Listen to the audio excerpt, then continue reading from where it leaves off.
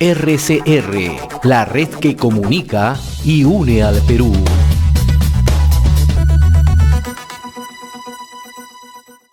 A esta hora vamos a establecer comunicación y le agradecemos como siempre la amabilidad, la cortesía que tiene con RCR, Red de Comunicación Regional, el ingeniero Carlos Herrera Descalzi, decano del Colegio de Ingenieros de Perú. Muy buenas tardes, mi estimado ingeniero, qué gusto saludarlo. Buenas tardes, señor Hernández. Muchas gracias por esta oportunidad. A sus órdenes. Uno de los grandes problemas que confrontamos en medio de esta pandemia por COVID-19 es la falta de oxígeno medicinal, ¿no?, para atenuar la emergencia, ¿no? Usted acaba, tenemos entendido, de visitar la planta de oxígeno de Loroya, ¿no?, atendiendo a una invitación del Ministerio de Salud, ¿no? Nos gustaría, en primer lugar, conocer, ¿no?, si esta planta está en condiciones, ¿no?, de cubrir la demanda, la emergencia, o se requieren otras consideraciones u otras posibilidades, ¿no? Sí, señor Hernández, efectivamente visité la planta, conversé con el antiguo propietario que era Doerran. Doerran como empresa le vendió la planta a otra empresa que es la actual propietaria, y ese oxígeno se usaba en los procesos productivos de Doerran. Entonces, en particular, como el circuito que alimentaba esta planta hace 10 años que no opera, la planta está cerrada hace 10 años. En el momento que se cerró, ya tenía muy próximo un periodo de un mantenimiento mayor. Entonces, no teniendo un consumidor de oxígeno, la planta cerró en esa época, la han conservado, la han mantenido en lo que se puede hacer externamente, pero no en lo que se podía hacer internamente, que se necesita para que la planta pueda estar en operación. Entonces, la planta sí se podría poner en operación, pero eso toma no poco tiempo, y además hay que traer expertos, hay que traer repuestos, y cuando uno abre una planta en la cual han pasado 10 años, le puede encontrar adentro con sorpresas, con que falta algo más. Entonces eso complica y demora las operaciones. Pero por otro lado, el tipo de oxígeno que se necesita en el proceso metalúrgico es oxígeno gaseoso. Entonces, el oxígeno en todas partes del mundo se saca del aire, porque el aire es la principal fuente de oxígeno. O sea, todos los países y todos los lugares tienen oxígeno disponible porque está el aire. Lo que hacen es separan el oxígeno del aire mediante algún proceso termodinámico. En el proceso en el cual se separa el oxígeno, luego de la separación el oxígeno puede quedar en estado gaseoso o también se puede llevar al estado líquido mediante un enfriamiento adicional que hace que el gas condense. En el caso de la planta la necesitan para... en la planta que da servicio o que daba servicio la necesita en forma gaseosa. Y había una pequeña fracción, la capacidad de la planta son 300 toneladas de oxígeno por día. La capacidad que tiene de oxígeno líquido son solamente 7 de esas 300 toneladas por día, o sea, es una parte minúscula, es algo así como el 2%. Las necesidades de oxígeno que estimó el Ministerio de Salud están entre 110 y 120 toneladas por día. Es decir, teóricamente la planta podría dar generosamente todo lo que se necesita, teóricamente. Pero como las necesidades de oxígeno no están concentradas en un sitio, sino están dispersas en el Perú, en distintos centros hospitalarios, entonces el oxígeno es necesario llevarlo a cada uno de esos centros hospitalarios. Es imposible llevarlo como gas, es muy caro, es muy difícil, entonces eso se hace solamente para pequeños volúmenes. La forma de llevarlos en forma líquida, y en forma líquida lo que sale de esa planta 7 es muy pequeño en relación a lo que se necesita en el Perú, además de que el tiempo es muy largo, de que habría que producir prácticamente las 300 para echar 293 al aire y usar 7 y tener además un sistema que pueda transportarlo por el resto del Perú. Desde ese punto de vista es una solución, no es una solución realmente, ¿no? Y en La Oroya no hay una planta, hay 2 plantas. una antigua, una nueva, las dos, mediante un proceso, mediante inversión, se pueden poner en servicio, pero igual, ambas lo que van a producir es oxígeno, mayormente oxígeno gaseoso. Sobre la opción de convertir el oxígeno gaseoso a líquido, hay que modificar internamente los turboexpansores.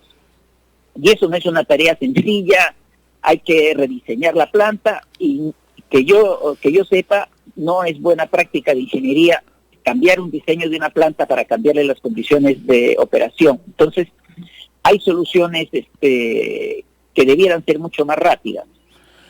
Cuando vimos el tema, examinando las posibilidades, y ya aquí reposando en la información que nos dieron los proveedores, los dueños de la planta, la forma más adecuada sería importar en el cortísimo plazo, es importar el oxígeno desde el exterior. Resulta, por ejemplo, que en los países vecinos todos tienen plantas de oxígeno y les sobra el oxígeno.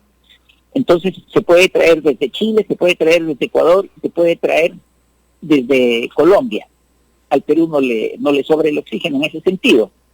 Entonces, una forma sería traerlo de esos países. Habría que examinar otras plantas de oxígeno que también hay en el Perú, a ver si desde ellas se puede obtener algo más de oxígeno líquido, por lo menos para las zonas aledañas. Y para eso también se requiere un sistema de transporte especial, porque como el oxígeno viaja en condición líquida, para que llegue a ser líquido tiene que tener una temperatura de menos 190 grados centígrados, que es una temperatura llamada criogénica, por lo que es bajísima. Y entonces, para evitar que el ambiente lo caliente, tiene que tener unas paredes especiales, además de que el recubrimiento interno de las paredes de esos tanques tiene que ser hecho con materiales de tal naturaleza que no reaccionen químicamente con el oxígeno y entonces el oxígeno se contamine. Esa es una técnica especial. Existen vehículos, existen cisternas equipadas con esos tanques y tanques de almacenamiento. Allí no hemos podido ir más lejos que saber que han traído algunos de Argentina y de otros lugares donde se ha podido obtener. En estos momentos en el mundo la demanda de ese tipo de tanques es muy alta, justamente por los problemas del coronavirus. Entonces, la mejor información que pude recibir es que se habría hecho un concurso en el Ministerio de Salud para proveedores que puedan entregar estos tanques. Los resultados allí no lo sé, pero eso es lo que podría cubrir el cortísimo plazo. Hay un plazo que va más allá de eso.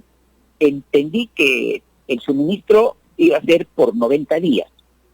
Como le digo, los resultados no los conozco, pero lo que vaya más allá de los 90 días debería tener, en mi opinión, una planta propia de oxígeno, porque a mí me resulta absurdo, por ejemplo, poner una planta en Lima y tomar el aire que sale del aire de Lima, licuarlo y luego hacer un largo viaje por carretera en tanques especiales para llevarlo, por ejemplo, hasta Ayacucho o hasta Huancavelica, cuando en Ayacucho y en Huancavelica también hay aire, y lo que uno puede hacer es tomar una planta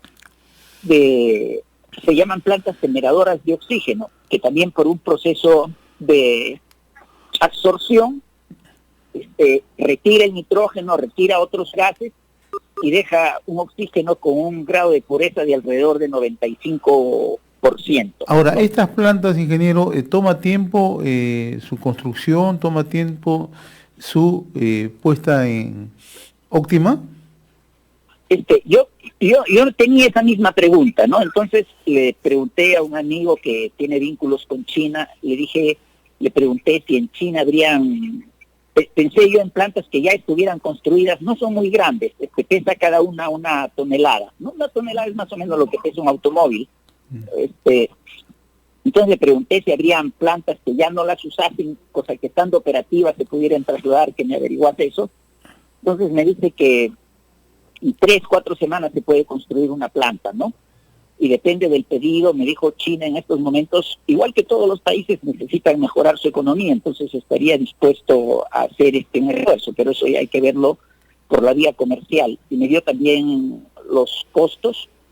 Entonces, Eso entiendo que sí se podría hacer, pero allí ya hay que dar el siguiente paso, el paso comercial. Yo no soy comerciante, no represento a ninguna firma Claro. constructora, entonces creo que el Estado directamente podría tomar el vínculo con ellos o con otros lugares donde puedan haber estas plantas y comprarlas rápidamente. Aquí lo que urge es comprarlo directamente, o sea, aquí entrar a esos procesos de licitación largos y engorrosos es hasta dejar que se muera gente entre tanto, ¿no?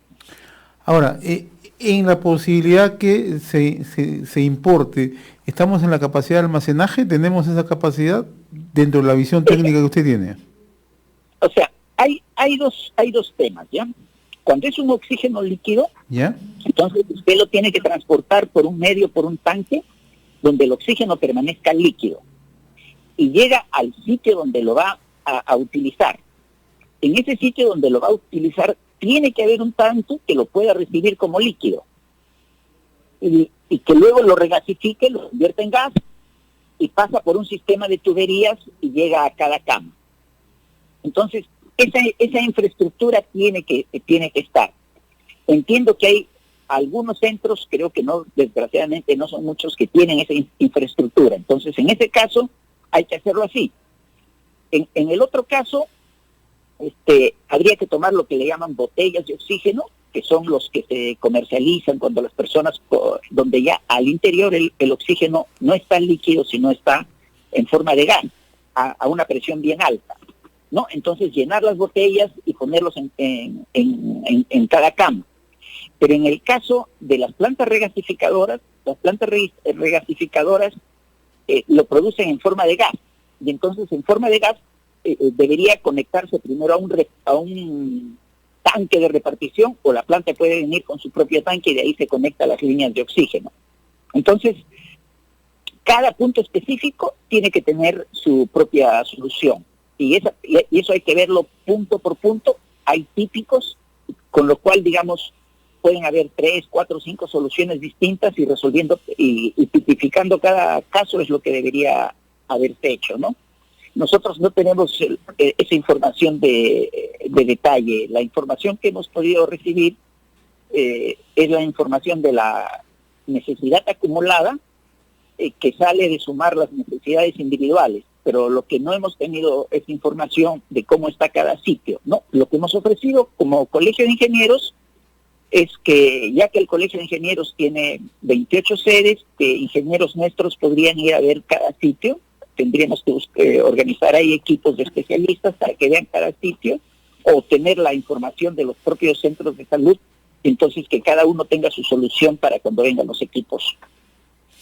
Interesante, sobre todo el apoyo técnico que se requiere en estos momentos, ¿no? Para poder, uno, brindar la asesoría, y lo otro es garantizar, ¿no?, que se optimicen los servicios, ¿no? Sí, uno cuando ve la situación se da cuenta que el sector salud ha estado abandonado, que el Estado pues ha hecho muy poca inversión, entonces que la administración actual se encuentra con un sistema que en cuanto a capacidad ya estaba colapsado antes de la pandemia. O sea, la pandemia uno la puede imaginar como una ola muy grande. Usted puede tener construcciones, infraestructuras que resisten perfectamente una ola normal o una ola grande, pero no hay ninguna que pueda resistir una ola muy grande. Entonces, en el mundo no ha habido ningún sistema de salud que no haya sido copado por las necesidades de la pandemia. Y esto ha pasado en China, comenzó en China, ha pasado en Europa, en Alemania, en Francia, en Italia, ha pasado en los Estados Unidos. En el caso nuestro, no necesitó la ola para colapsar, ya estaba colapsado. Entonces, a un sistema colapsado le ha caído una ola enorme por encima y lo que vemos son las consecuencias de eso, ¿no? Muy bien, ingeniero Carlos Herrera Escalzi, como siempre, muy grato conversar con usted, muy ilustrativo lo que nos ha explicado, y además, ¿no?, un poco nos ubica exactamente en la necesidad, ¿no?, de ir cubriendo esta brecha, ¿no?, que en el tema de salud nos ha puesto al descubierto, ¿no?, pero también un poco incorporar tecnología y descentralizar la tecnología, ¿no?, para evitar justamente estas situaciones, ¿no? Sí, y ya que vamos a hacer gastos grandes, de una vez por todas resolverlo y resolverlo bien. Claro. ¿No? Y no dejar luego los equipos abandonados. Los equipos tienen que contratarse con un servicio siquiera de 10 años, donde se garanticen los repuestos, el servicio técnico y que estén siempre funcionando bien. O sea, no es cuestión, y esas cosas a veces se ignoran, no es cuestión de comprar equipos por equipos. Si usted compra por equipos y no asegura los repuestos, cuando necesita los repuestos le saca un ojo de la cara por los repuestos.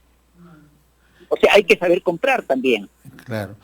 Y se requiere justamente de el apoyo, la asesoría técnica que a Dios gracias en este caso brinda el Colegio de Ingenieros. Ojalá que se estén permanentemente en esta situación, sobre todo de emergencia. Yo le agradezco como siempre la gentileza, ingeniero Carlos Herrera.